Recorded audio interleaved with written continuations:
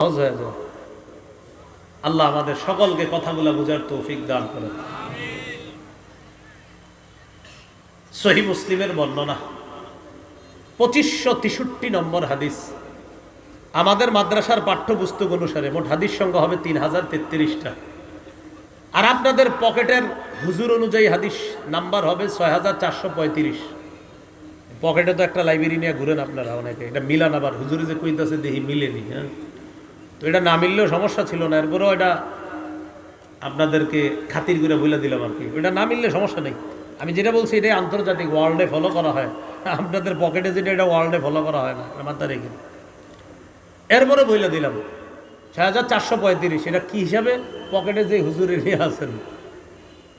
আর মাদ্রাসার পাঠ্যপুস্তক অনুসারে এবং সারা পৃথিবীর মুসলিমের যে কপি, ওই কপি অনুযায়ী 2563 নম্বর হাদিস। মোট হাদিস সংখ্যা হবে 3033টা, আর আপনাদের পকেটে যেটা আছে ওটা হলো 6435। মোট হাদিস সংখ্যা হবে 7453টা। এই হাদিসের মধ্যে আসছে ক্বালা রাসূলুল্লাহ সাল্লাল্লাহু আলাইহি ওয়াসাল্লাম লা তাহাসাদু ওয়ালা তানাজাশু ওয়ালা তাবাগাদু ওয়ালা তাদাবারু ওয়ালা ইয়াবি' বা'দুকুম আলা বাই'i বা'দিন ওয়া কুনু ইবাদাল্লাহি ইখওয়ানা। নবীজি বলেন লা তাহাসাদু, তোমরা পরস্পর হিংসা করো না। ওয়ালা তানাজাশু, তোমরা পরস্পর ধোঁকাবাজি করো না। ধোঁকাবাজি আসেনি আমাদের মাঝে?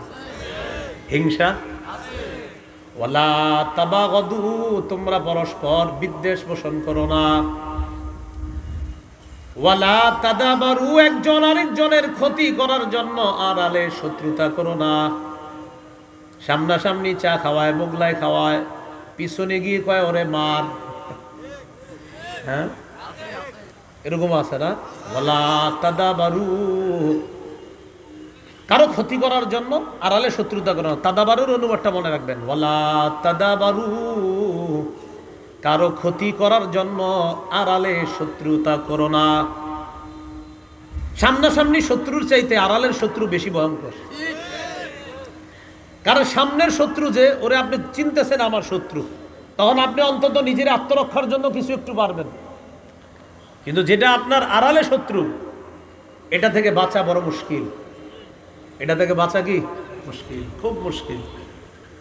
ওয়ালা ইয়াবি' বা'দুকুম আলা বাই'i বা'দিন, একজনের কেনা বেচার উপর আরেকজন যেন কেনা বেচা না করে।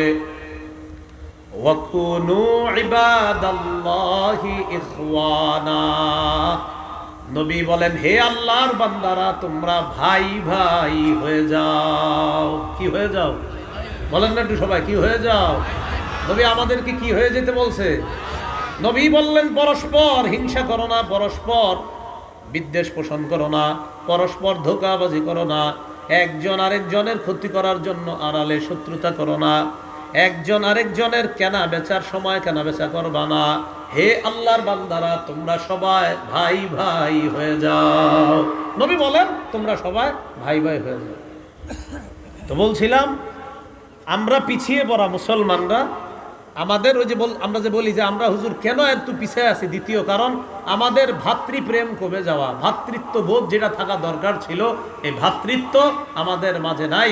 আমরা খালি বলি মুসলমান ভাই ভাই, আসলে কিছুই নাই, এরকম বলি আমরা। এরপর রাসূলুল্লাহ সাল্লাল্লাহু আলাইহি সাল্লাম বলেন আত-তাকওয়া হাহুনা, আত-তাকওয়া হাহুনা, আত-তাকওয়া হাহুনা। নবী বলেন তাকওয়া এখানে, তাকওয়া এখানে, তাকওয়া এখানে। ইউশিরু ইলা সাদরিহি সালাসা মাররাত, বুকের দিকে 3 বার ইঙ্গিত করে বললেন এখানে তাকওয়া, এখানে তাকওয়া, এখানে তাকওয়া। তাকওয়া থাকার জায়গা বুক। বলেন তাকওয়া থাকার জায়গা কোথায়? বুক। আসলে তাকওয়া থাকার জায়গা হলো কলব। বলেন কি? তো বুক দেখাইছে কেন? বুকে থাকে কলব, এই জন্য কলব। বলেন তাকওয়া থাকার জায়গা কি? কলব। তো রাসূল দেখাইছে ইলা সাদরিহি, বুকের দিকে, মানে ওই বুকের ভিতরে যে কলব, ওই কলব। আর কলব কোথায় থাকে? বুকে। বলেন কোথায়? এটা কোরআনে তো আছে, ফাইন্নাহা লা তা'মাল আবসার ওয়ালাকিন তা'মাল কুলুবুল্লাতী ফিস সুদূর। আল্লাহ বলেন ফাইন্নাহা লা তা'মাল আবসার, প্রকৃতপক্ষে চক্ষু অন্ধ হয় না, ওয়ালাকিন তা'মাল কুলুবুল্লাতী ফিস সুদূর, বক্ষস্থিত হৃদয় অন্ধ হয়। প্রকৃতপক্ষে অন্ধ হয় বক্ষস্থিত হৃদয়, যেই কল্ব, যে হৃদয় বক্ষে থাকে এটাই অন্ধ হয়। তাহলে কল্ব কোথায়? বক্ষে। বুকের মধ্যে কল্ব আর কলবের মধ্যে তাকওয়া। আল্লাহ বলছেন কল্ব বুকের মধ্যে, আল্লাহ বলছেন কল্ব বুকের মধ্যে। আর রাসূল দেখাইছেন তাকওয়া এখানে, তাকওয়া এখানে, তাকওয়া এখানে। তো তাকওয়া থাকার জায়গা রাসূল বললেন বুকের দিকে ইঙ্গিত করলেন। এর মানে বুকে যে কল্ব ওই কলব, আর কলব যে বুকে থাকে এটা কোথায় আছে? এটা কোরআনে আছে। এই যে ওয়ালাকিন তা'মাল কুলুবুল্লাতী ফিস সুদূর, আল্লাহ বলছেন চোখ প্রকৃত অন্ধ হয় না, বক্ষস্থিত হৃদয় এটাই অন্ধ হয়। তো এটা কই আছে? ওয়ালাকিন তা'মাল কুলুবুল্লাতী ফিস সুদূর 17 পারা। কত পারা? এটা 17 পারা আছে, গালেবান 16 পৃষ্ঠার শেষের দিকে। হ্যাঁ,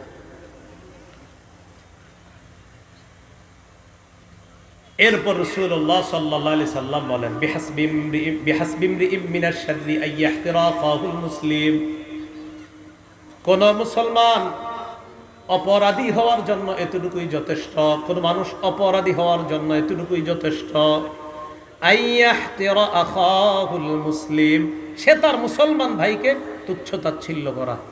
সামনে আসেন তো, এই দেখেন আমার দিকে তাকান, আসেন সামনে। কোন মানুষ, এই দেখেন রাসূল কি বলছে, বিহাসবি ইমরিইম মিনাশ শাররি আইয়াহতিরা আখাহুল মুসলিম, কোন মানুষ খারাপ হওয়ার জন্য এতটুকু যথেষ্ট, আমি আমার কোন মুসলমান ভাইকে সামান্য তুচ্ছ তাচ্ছিল্য করা কোনো কারণ ছাড়া, রাসূল বলছেন তুমি খারাপ হওয়ার জন্য এতটুকুই যথেষ্ট। তুমি তোমার কোনো মুসলমান ভাইকে তুচ্ছ তাচ্ছিল্য করা তোমার খারাপ হওয়ার জন্য এতটুকুই যথেষ্ট। তাহলে আমরা প্রকৃতপক্ষেই ভাই ভাই হব। বলেন মুসলমান মুসলমানের ভাই, বলেন মুসলমান মুসলমানের। তাহলে আমাদের অধঃপতনের দ্বিতীয় কারণ ভ্রাতৃত্ববোধ না থাকা। মূলত পক্ষে ভ্রাতৃত্ব যেমন থাকা উচিত ছিল এটা আসলে নাই। ফিলিস্তিনের জন্য আসলে আমাদের কষ্ট লাগে কিনা, যদি মুখ দিয়া বলি লাগে কিন্তু আসলে কলবে লাগে না, তো বুঝতে হবে আমার মাঝে ভ্রাতৃত্ববোধ নাই। কারণ নবীজি বলছেন সারা পৃথিবীর সব মুসলমান কাজাসাদিন ওয়াহিদ, একটা দেহের মতো। কেন আপনারা বলেন আমার দেহের হাতে ব্যথা পাইলে এই ব্যথা কি শুধু হাতে, না আমার পুরো দেহে অনুভব হয়? পৃথিবীর কোনো এক জায়গায় কোনো মুসলমানের উপর যদি আঘাত আসে, কোনো মুসলমানের শরীর যদি ব্যথা করে, সারা পৃথিবীর মুসলমানদের শরীর ব্যথা করতে হবে। এটা হলো ভাই, এটা হলো ভাই, এটা হলো এক দেহ। তাহলে আমরা কোরআন হাদিস থেকে দুইটা গুরুত্বপূর্ণ বিষয় জানলাম। এক হলো ভাই, আর রাসূল বলছে ভাই মানে একটা দেহ, তোমরা সবাই একটা দেহ, এক দেহ, তোমরা এক দেহ, তোমরা পুরো পৃথিবীর মুসলমান, একটা শরীর, একটা দেহ। এবার দেখেন কবরস্থানে, কবরের সামনে বৈশা নবীজি সাল্লাল্লাহু আলাইহি সাল্লাম কান্না করছে। কবরের সামনে বৈশা নবীজি কান্না শুরু করে দিয়েছে। কান্না করতে করতে এক পর্যায়ে ওই অবস্থায় সাহাবায়ে কেরামকে রাসূল সাল্লাল্লাহু আলাইহি সাল্লাম সম্বোধন করছে, ও ভাই সব বইলা। কি বইলা সম্বোধন করছে? ও ভাই সব, এই বইলা সম্বোধন করছে কবরের সামনে।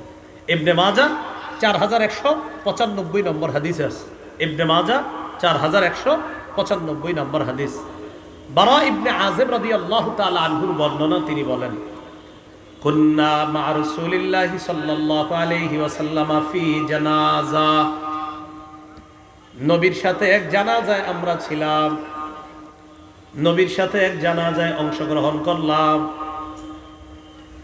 জানাজার অংশগ্রহণ করার পর কবরের সামনে আল্লাহ রাসূল বসে গেলেন।